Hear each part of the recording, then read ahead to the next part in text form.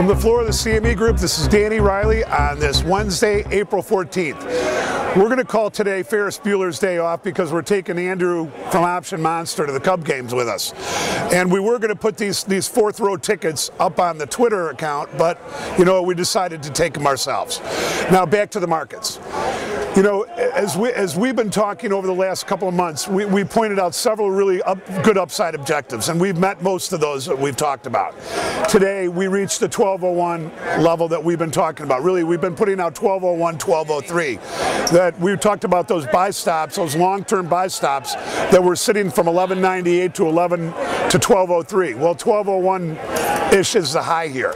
Now, here's the deal. The markets are really just too firm and too quiet to sell. And one of the things that Jason Carter and I have been talking about is that there may be some type of blow off to the upside here over the next couple of weeks. And what that would be about is just that the markets are just going to continue to do what they're doing. You know, there's just no sellers out here. Now, as far as volumes are concerned, we've got a little better volume in the big S&P today than what we've been seeing. We've got about 7,500 contracts, and for this time of the day, that's not bad. That's a good signal. As far as the minis go, we've got approximately 921,000, but 230,000 of that was done in Globex, so that's not very good. You got to get a little give and take in there.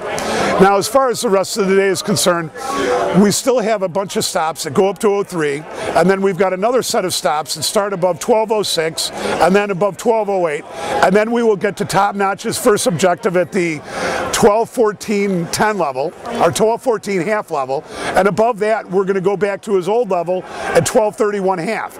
Now, these are all upside objectives that we think we're going to see. You know, we're like anybody else out here. We know that the markets need to have a sell-off in order to refuel everything.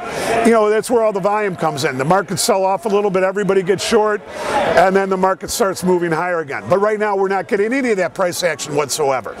You know, it really looks like we're going higher from here. You know, as far as the rest of the floor is concerned, the interest rates are quiet, the beans are a little firm, the 10-year note options volume has dropped off over the last couple of weeks. Well, not really the last couple of weeks, but about the last week.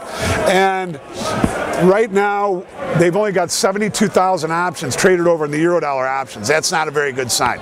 We're into the summer mode, and I know that it sounds funny, but as we've been talking about for several weeks, this type of stuff that we see this kind of slowdown generally when we go into when kids got out of school for the summer, June, July, August. Well, we're really seeing it here in February, March, and April, and that's not a very good sign. Another thing that we want to talk about is the S&P pit itself. Now, when the CME Group acquired the Board of Trade, or the partnership that they formed, the S&P pit at the old Merck had over 110, 120 locals in it on any given day. On a Fed day, that number would go up to about 130. Now what we're seeing is a decline in the number of locals in the S&P pit. This has a lot to do with electronic trading, but it also has a lot to do with order flow in the big S&P. Less people are trading the big S&P. Therefore, these guys that depend on that contract to eat what they kill are not eating very much right now. Right, you know, in the last couple of days, generally we would see about 80 to 100 locals on the open. The last couple of days we've been seeing about 60 or 70, and within an hour or so it's down to about 40 or 50, and then as you go into noon, it's down to its normal 30 or 40, whatever, 30, and then it comes back in the late afternoon. As far as the rest of the day is concerned, most of the desk here is in agreement that we can see the S&P back up toward the 05, 06 level, and then beyond that, we've been talking to Jason Carter a little bit. He had a put spread or a call spread that he recommended for a large trader today. What was it, Jason? It was just upside calls. It was just an upside call spread. 14, no, just 13.5 calls. Oh no, you know, it wasn't even a call spread.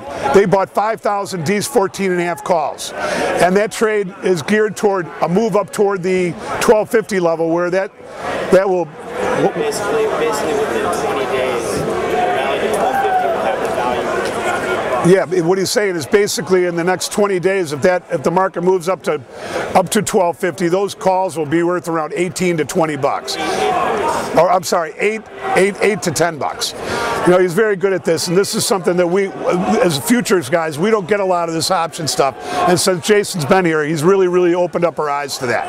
As far as the rest of the day is concerned, go Cubs. We'll see you tomorrow.